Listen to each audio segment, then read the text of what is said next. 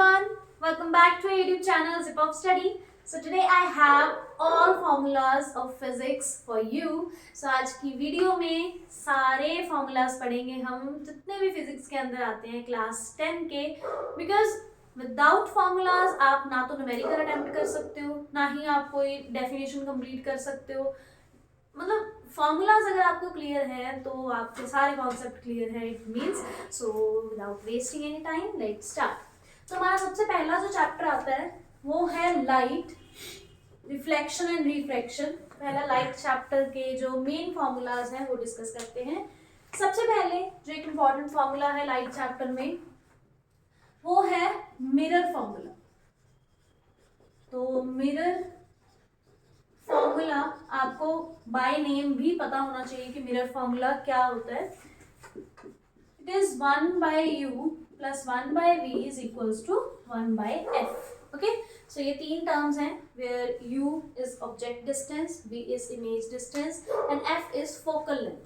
तो हम सिर्फ फॉर्मूलाज नहीं करेंगे, फॉर्मूलाज के साथ साथ जितनी भी मेन टर्म्स है ना उनके बारे में आपको एक छोटा सा ओवरव्यू देती जाऊंगी ताकि आपके टॉपिक्स भी क्लियर होते जाए साथ साथ.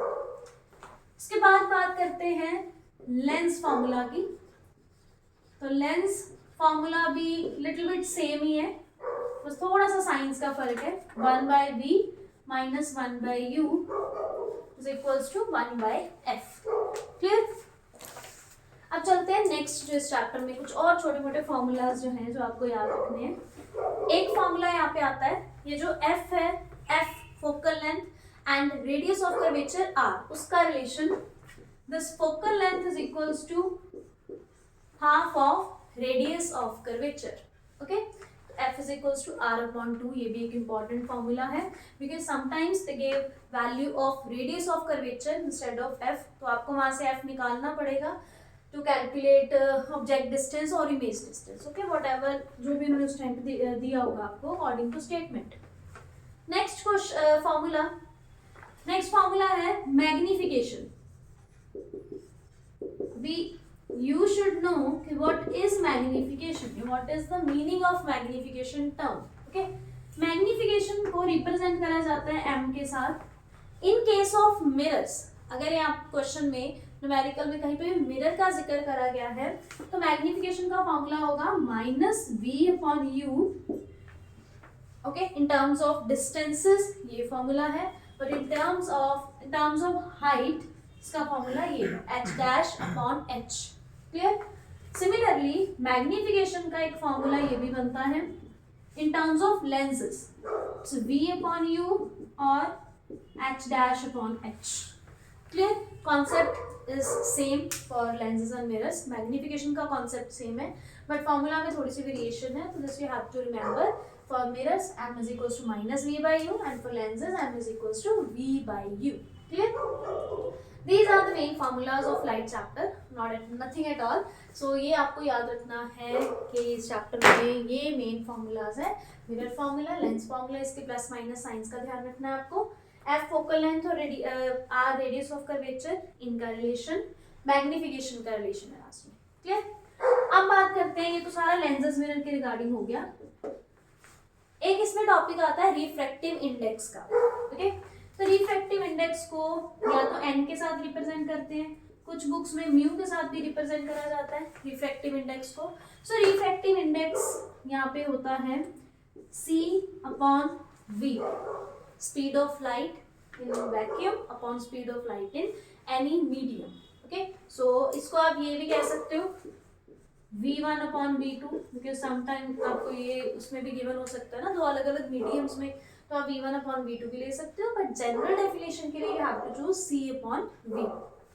ओके, सो ये है लाइट चैप्टर के important formulas.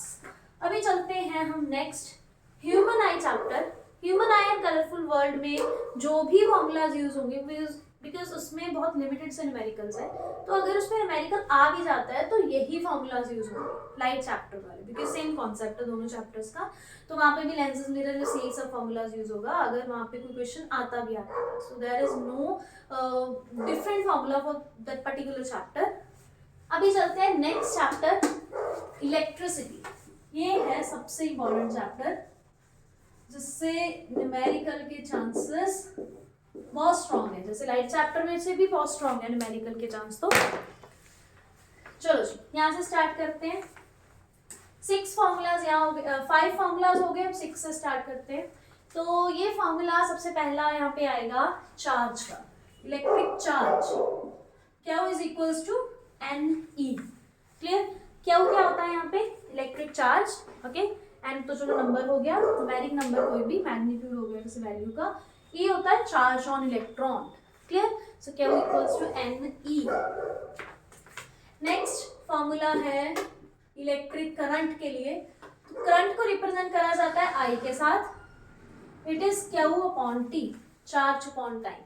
Clear? So electric current is equals to charge upon time. तो बार बार बोल रही हूँ, ध्यान से सुन लो।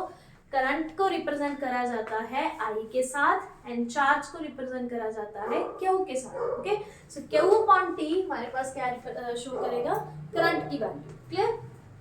Next formula V is equals to, V यहाँ पे होता है पोटेंशियल डिफरेंस और इलेक्ट्रिक पोटेंशियल। तो आपको 10th क्लास में इलेक्ट्रिक पोटेंशियल ज्यादा नहीं है, आपको पोटेंशियल डिफरेंस का जिक्र है पूरे बुक में, तो आप ज्यादा कंसंट्रेट करोगे इलेक्ट्रिक पोटेंशियल डिफरेंस के ऊपर। Okay, so it is V and it's formula is W upon Q।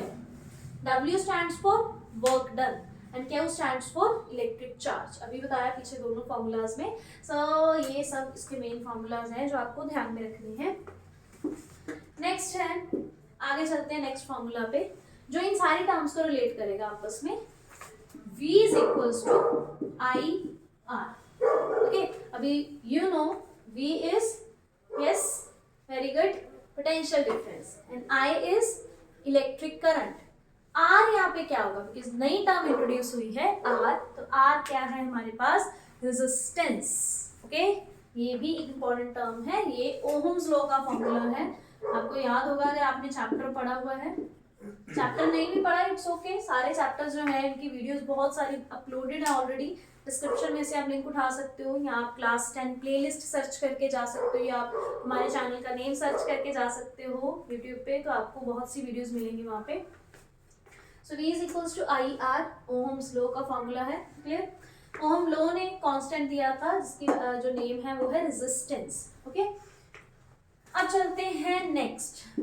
अब क्वेश्चन ये आता है, मतलब जो न्यूमेरिकल है, कि अगर तो रेजिस्टेंसेस इन सीरीज हैं, अगर रेजिस्टेंसेस सीरीज में ऐड करी गई हैं जैसे सर्किट में, तो फिर फॉर्मूला क्या बन जाता है? RS is equals to R1 plus R2 plus R3 up to so, जितनी भी रेजिस्टेंसेस लगाई हैं तो वो सारी ऐड हो जाएंगी। फिर RS stands for resistance in series.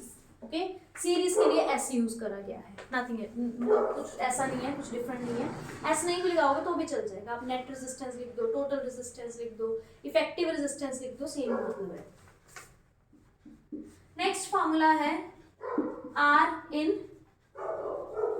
Parallel. ठीक है जी, अगर रेजिस्टेंसेस पैरेलली ऐड करी जाएं तो फिर फॉर्मूला क्या बनता है?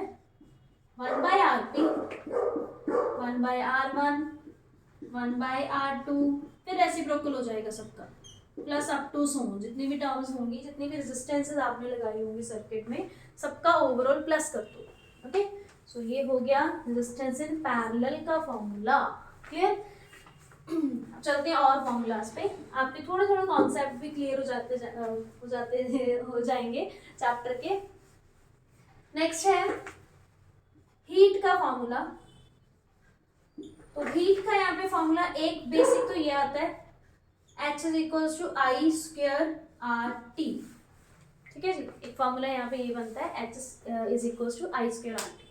तो यहाँ पे आप इस बोर्ड का स्क्रीनशॉट ले लो, उसके बाद I am going to erase this side and आगे कंटिन्यू करेंगे फॉर्मूलाज। सो स्क्रीनशॉट ले सकते हो आप, ताकि आपको कोई भी दिक्कत ना आए, कोई भी परेशानी ना आए न्यूमेरिकल्स के लिए। जल्दी जल्दी स्क्रीनशॉट, एंड कोई भी अगर डाउट लगता है तो आप कमेंट करते जाइए साथ साथ। ओके, आई होप आप सबने प्रॉपरली स्क्रीनशॉट ले लिया होगा सारे फॉर्मूलाज का। आगे चलते हैं, हमारा फॉर्मूला नंबर 13। इलेक्ट्रिसिटी चैप्टर में ना बहुत से जो फॉर्मूलाज है वो एक दूसरे फॉर्मूला से निकलते जाएंगे, जैसे यहाँ से इतने सारे एक दूसरे में मिक्स करके हम बहुत से फॉर्मूला बना सकते हैं, बहुत सारे। ओके, सो एक और फॉर्मूला लिखते हैं यहाँ पे, ये है पावर का फॉर्मूला। अब जैसे पावर का फॉर्मूला मैंने लिखा है P is equals to W upon T। Okay, P stands for power, electric power, W for work done, T for time. Okay, so P is equals to W upon T, इसका basic formula बन गया। Next एक और चीज याद रखना, यहाँ पे जो हमने हीट लिखा था ना, इस हीट को आप वर्क की जगह भी लिख सकते हो। ओके, मतलब हीट की जगह वर्क भी आ सकता है, वर्क की जगह हीट भी आ सकता है, because formula H is equals to I square R T या W is equals to I square R T भी हो सकता है। ओके, बिकॉज चलो ये तो बेसिक सी चीजें है। अब यहाँ पे देखो P is equals to W upon T एक फॉर्मूला हो गया। अब यहाँ पे पावर के ही बहुत से फॉर्मूलाज बन जाएंगे एक दूसरी वैल्यूज में रिलेट करते करते। एक फॉर्मूला आएगा P is equals to VI, okay, जो बेसिक फॉर्मूला है इसका। तो डेफिनेशन में से तो W अपॉन T वाला निकलता है, लेकिन ये इसका बेसिक फॉर्मूला है V इंटू I।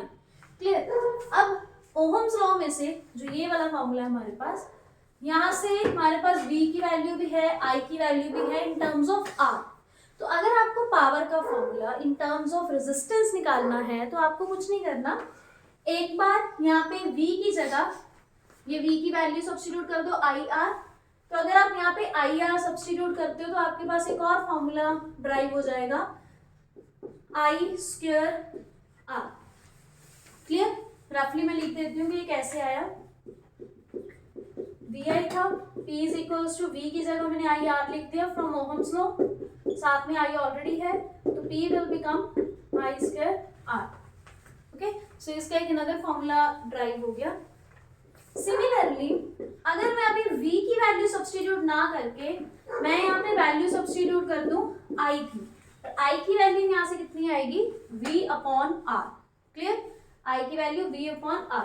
तो अगर मैं यहाँ पे V अपॉन R मेंशन कर दूं तो पावर का फॉर्मूला क्या बन गया, V स्क्वायर अपॉन R। तो ये सब चीजें you have to remember, because ये सब फॉर्मूलाज रिलेट होते रहेंगे बार बार कहीं ना कहीं, तो ये आपको याद रखना है। Okay, next formula, next formula देखो, R is equals to rho L upon A। ये थोड़ा सा नया फॉर्मूला है, थोड़ा सा चेंज है इसमें। R is equals to rho L upon A। R is very good resistance, L is length of conductor, A is area of conductor, okay? But rho यहाँ पे क्या है, एक नई टर्म इंट्रोड्यूस हुई है, इसको लिखते ऐसे हैं, बुक वाले ना कई बार इस तरह से लिखते हैं इसको, P के जैसा दिखाई देता है ये, ठीक है जी, पर ये होता क्या है, rho is resistivity, okay? This is resistivity। तो R is equals to rho L upon A, इसको बोलते हैं रो, RHO। क्या रहो नहीं है ये, it is rho, RHO, rho. Okay, so एक फॉर्मूला इसका ये हो गया। सो आई थिंक मैंने इलेक्ट्रिसिटी के सारे फॉर्मूलाज कवर अप कर दिए। You can take screenshot. And इसके बाद जो हमारा चैप्टर है मैग्नेटिक इफेक्ट वाला, तो उसमें एज सच कोई न्यूमेरिकल नहीं है, तो उसमें से न्यूमेरिकल आता भी नहीं है। उसमें से अगर आएगा भी क्वेश्चन तो वो डायरेक्शन से रिलेटेड आएगा। सो आप इसका स्क्रीनशॉट ले लो ताकि कोई भी फॉर्मूला आपसे स्किप ना हो जाए। हाँ, अगर मुझसे स्किप हो गया तो आप कमेंट कर सकते हो, ये इंसान है, कोई बात नहीं, बिकॉज यहाँ से बहुत से फॉर्मूला ना इधर उधर घूम फिर के निकल जाते हैं, कहीं ना कहीं किसी की वैल्यू सब्स्टिट्यूट कर दो तो वो उस पर्टिकुलर टर्म की मतलब उस पर्टिकुलर फिजिकल क्वांटिटी के टर्म में आंसर आ जाता है। Okay, so this was all about your all formulas of physics of class 10th। सो आपको बोर्ड्स में न्यूमेरिकल में कोई प्रॉब्लम नहीं आने वाली अगर आपके ये वाले कॉन्सेप्ट्स क्लियर हैं और ये सारे फॉर्मूलाज आपको बिल्कुल क्लियर है। सो हमने यहाँ पे टोटल 17 फॉर्मूलाज करे हैं। स्टिल अगर आपको लगता है कोई फॉर्मूला मिसिंग रह गया तो प्लीज़ कमेंट कर दीजिए ताकि बाकी बच्चों को भी पता चल जाए, हमें भी पता चल जाए कि पर्टिकुलरली कौन सा फॉर्मूला रह गया। Otherwise thank you so much for watching our video, for spending your time with our videos. Thanks a lot. We'll be back very soon with more interesting videos.